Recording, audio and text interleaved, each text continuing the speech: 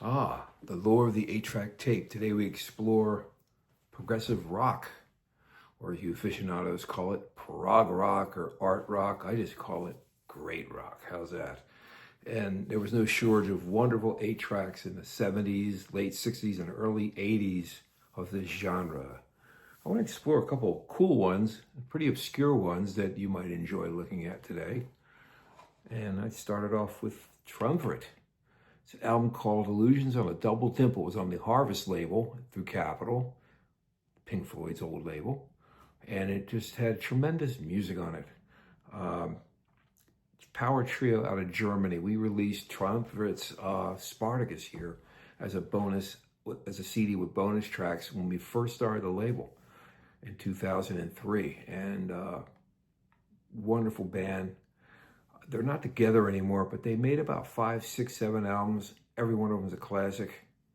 I behoove you to try and find the CDs if you can, or the vinyl in a used record store. Great listening, great band. Another one, I just love these guys, was Focus. We used to grow up watching these guys on ABC in concert, and Don Kirshner, Midnight Special, places like that.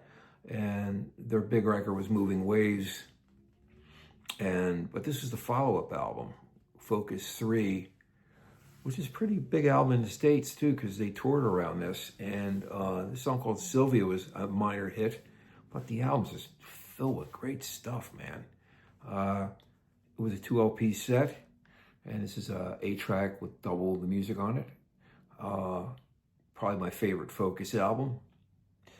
I would tell you to try and find a copy of it someplace. I know it's still in print overseas. You can probably get a CD of it. It's just a great record. I wish they could tour here and have a reunion with Jan Ackerman and Thijs Van Leer in the band again. That would be great. They made so much great music together. Here's my favorite King Crimson album, Red. Bill Bruford, the late John Witton, and my old pal Robert Fripp. Worked with all these guys over the years in different labels I worked at, as well as some music on the label, primarily with Yes. But dig the pink shell that they used to put these 8-tracks in, right?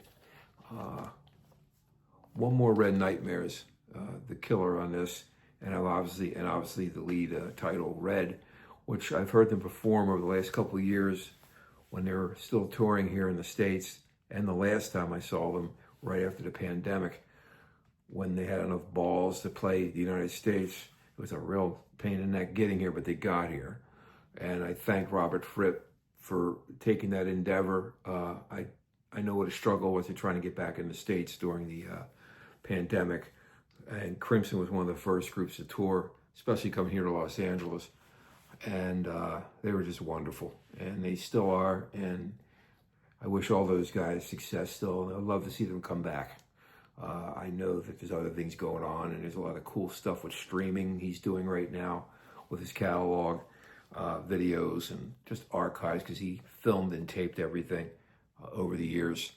But yeah, Robert Fripp and Company, King Crimson, what a great band. At any rate, if you like dig prog rock, let me know, and keep the cards and letters coming, because I've been getting some really great messages from you all about the 8-track thing. Will we ever put them out on Friday music? One never knows. It's a thought. Anyway, we'll speak to you soon. You have a great weekend.